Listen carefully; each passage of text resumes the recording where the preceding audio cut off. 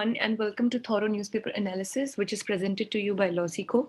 So, today we will be discussing two articles. The first is from The Hindu, which is titled as the many challenges for WTO, which is the World Trade Organization. So, as now the WTO is on the verge of selecting or choosing its Director General. So, what are the new roles and responsibilities and the matters of urgency and priority that should be taken up for the taken up by the WTO have been discussed in this article. And the second one is The Long Road to Food Security, which is again from The Hindu, which talks about the challenges that India is facing in food security and the contrast that is there in the production of food in India. And yet we have so many people who strive, who are hunger stricken in the country. So we'll be discussing about that. And thirdly, we have the News and Flash column. So if you're also preparing for judicial service examination, you can definitely have a look at the Lord of the Courses, which is the judiciary test prep course from LawSeco. The link to this course is there in the description box below. And you can also download free study material from the landing page. Then we also are excelling into various other courses like SEBI, CLAT, All India Bar Exam, etc. You can definitely look at them too. So this is the multiple choice question for the day. Who will be the chief guest of Republic Day 2021? So your options are first, Boris Johnson, second, Jair Bolsonaro, third, Scott Morrison, or fourth, Jacinda Ardern. You can write down your answer in the comment section below. So this is the descriptive question for the day. Discuss the challenges and solutions to food security in modern day India. So once we're done with today's article, and we have many a times been discussing about the food security and the levels of nutrition and the problem of malnutrition in India. So this is all about the question. So the first article is challenges for the WTO. So it's for the first time in the 25 years history that the World Trade Organization will be held by a woman, as both contending candidates for Director General are women. So these are the two candidates who are currently running for the position of the Director General, that is the highest body at the highest position in the World Trade Organization. So the first one is Gozi Okonjo-Iweala. So she's Nigeria's finance minister, and the second contender is Yoo Myung Lee, who is South Korean trade minister. So whoever be it, it has to be a woman this time, and it will be for the first time that this entire body would be headed by a woman, which definitely is a very welcome step. And the article basically discusses as to whoever be the winning contender or the person holding the post of the director general, these are the issues that must be taken up at priority by the WTO body. Firstly, divide between developed and developing countries. So basically, what happened is, as we know, that there is a huge many times this confusion takes place, and WTO has been playing an excellent role in providing equal opportunities to all the developing and underdeveloped countries.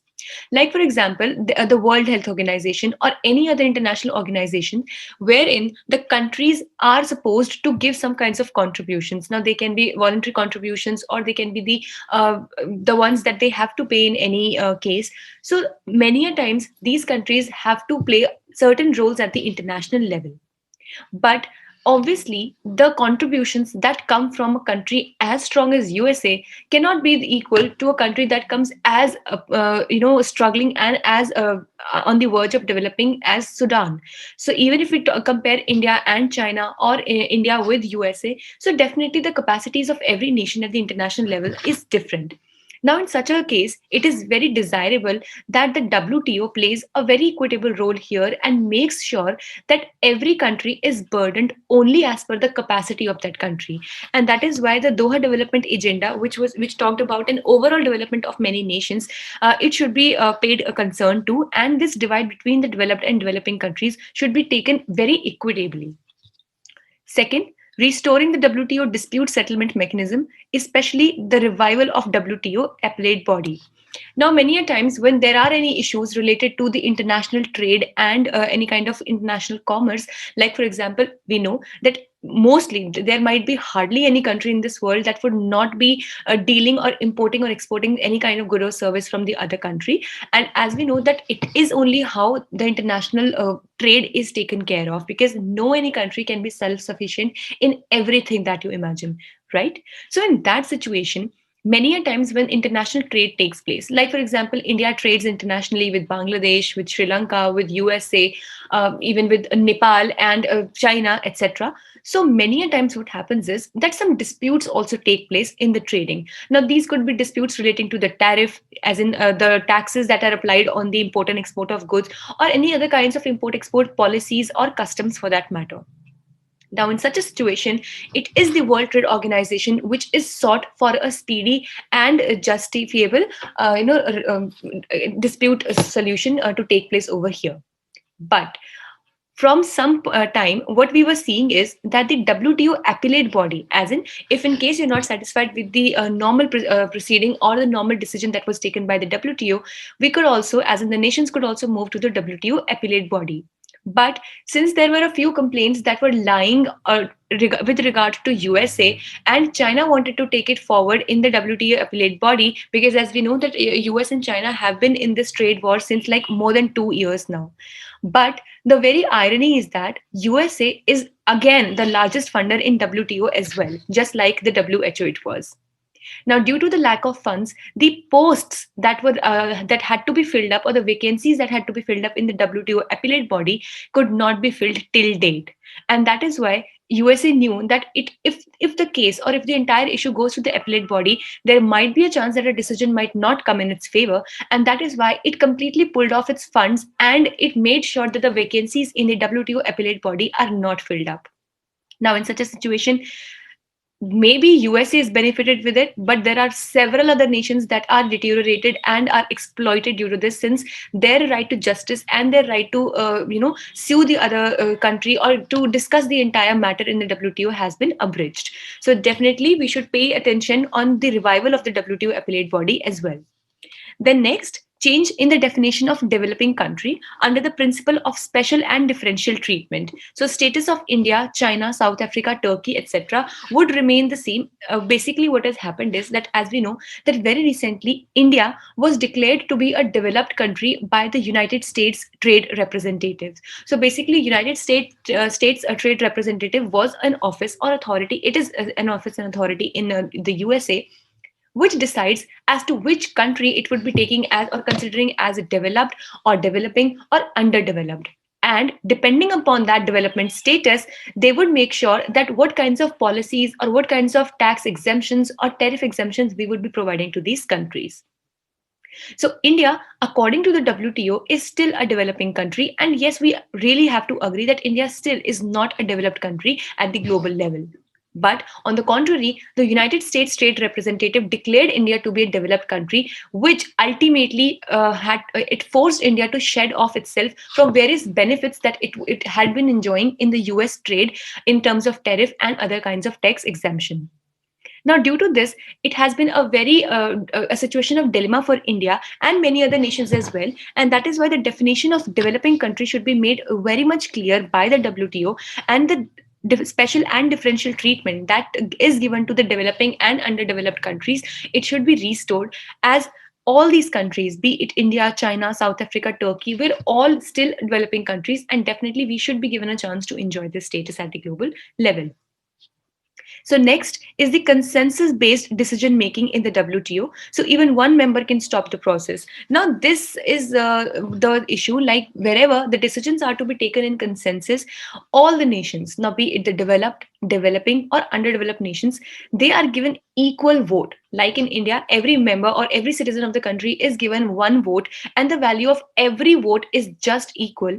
And similar procedure is followed in the WTO, wherein any decision has to be taken on consensus. So even one member can stop the process. So, for example, there is some kind of argument going on, and India decides that this process should not be taken up. So India alone can stop the entire process that was going on. So this is it is at one side, if we see, it seems to be a very good mechanism, so that we see that every nation, despite of its developmental level, is given equal chance.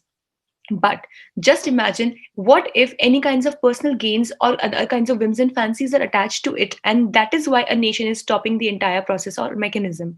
Now, in such a situation, all the other nations also will be hampered the chance to given that growth, and that to be given that growth, and that is why this process also it also needs an overhauling, and it needs to be made more fluid in nature for easy implementation. So these are the lessons from COVID-19, that we ensure that the supply chain remains free and open of the COVID vaccines, then recommending a standard harmonized system with classification of vaccines and removal of trade restrictions, and to promote voluntary sharing and pooling of IPR. So basically, just imagine that if at all some potential or successful vaccine of COVID-19 is developed by any country and by any institute in India. So definitely that institute would be looking forward for the intellectual property rights associated with it, and definitely would want to have the patent in its own name. Now, in such a scenario, it is desirable that the WTO provides good opportunities for patenting that particular thing, so that so that the manufacturing company is willing to share the information and as well as the vaccine with all the other nations, which is the need of the hour. With this, let's discuss the second article for the day, which talks about food security in India. So we have been taking up this article and this issue many a times. So we'll just go with it in a very short discussion. So as we know that even after 73 years of independence, India continues to be gripped by a paradox of plenty in the food security. So what happens is that as we know that the time and the year 1947, when India had been, it was gifted with the independence. So at that time, the situation in India regarding the food security was very, it was concern worthy. India was not at all secure in terms of its food. The situations of agriculture was very bad. But since, as we discussed, I guess a day before yesterday or yesterday, that it was in the 1960s and 70s that the Green Revolution helped a lot in boosting India's agricultural system. And then we definitely became quite secure in the food security. But the very irony, or the very the contrast that has been given in this article, is that despite India being one of the largest producers, as we will see over here, India produces more than the estimated amount required to feed the entire population. So like for example, there are 100 people in India, and for every individual we need 1 kg of any kind of cereal. So India is able to produce even more than this 100 kg per for everybody, and still the irony is that we are not able to feed our people. So India ranks first in millet production, India ranks second in rice and wheat production in the world, and India produces horticulture crops in surplus. So this is this one situation, and the other scenario is that in the Global Hunger Index 2020, India has been ranked 94th among 107 countries, and we are much behind countries like Bangladesh, Pakistan, and Nepal, which otherwise economically are not considered to be as strong as India, but on the contrary, they're faring even better in the terms of hunger index. And though they might not be such great producers of the agriculture and horticulture products, but still they're able to feed their people better. Then, according to the United Nations Food Agricultural Organization report, 194 million people go hungry every day in India. So, can you imagine 194 million people, which actually comprise of the 23% of the world's undernourished? So, the 23% of the world's undernourished people are the ones who come from India. So, this is something really ironical. And according to the Department of Consumer Affairs data, almost now, why? One reason to this also will be understanding here that according to the Consumer Affairs data, almost 62,000 tons of food grains were damaged in the Food Corporation of India warehouses. So this huge amount of, or this huge quantity of food grains did not ever reach the people who wanted to consume it. And 62,000 tons of food grains from the time period of 2011 to 17, it got totally damaged and wasted just in the warehouses or the storehouses of the FCI. So, and there also are reports that much of grain is actually lost in transportation as well. And there is a lot of due to the lack of the cold stores and other proper storage mechanisms, we're not able to store the food grains properly, which ultimately get perished, and that is why they're never able to reach to the people who are hungry. And then 2016-17, over 8,600 tons of grains were lost, so as we can see here. And the multitude of genuinely poor families do not possess the ration cards, and thus they are not benefited with the public distribution system. So Just imagine that they don't even have the ration cards. So how will they be ever able to avail the benefits that the government is providing under the PDS system? So that is why it is the need of the hour. We need to understand this, and the steps that are needed in this direction is that we ensure remunerative prices for farm produce. That on the one side, we definitely keep incentivizing the farmers to produce at the same pace, and keeping in mind the current farm bills and the protests that are coming up from the farmers. This is again a big reason to worry, since the MSP or the minimum support price should be made available to maximum produce. And secondly, we should improve in the distribution system and public procurement. So once the food grain is produced, by incentivizing the farmers, again we should be making sure that it is distributed equitably amongst all the people, and it should be the public procurement, as in the government should be procuring the food grains at the right time and should be distributing amongst the right people as well. With this, let's see what do we have for news in flash today.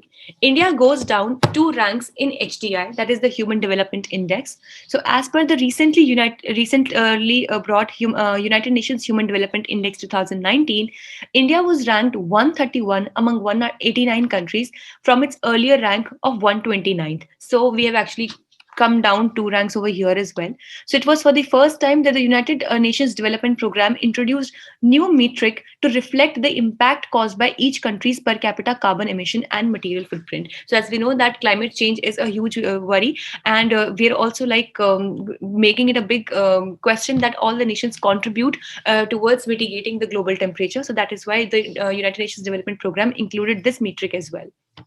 Second, Rajachari to command mission to space station. So, India American US Air Force Colonel Rajachari has been selected as the commander of the SpaceX mission to the International Space Station by NASA and ESA, which is the European Space Agency.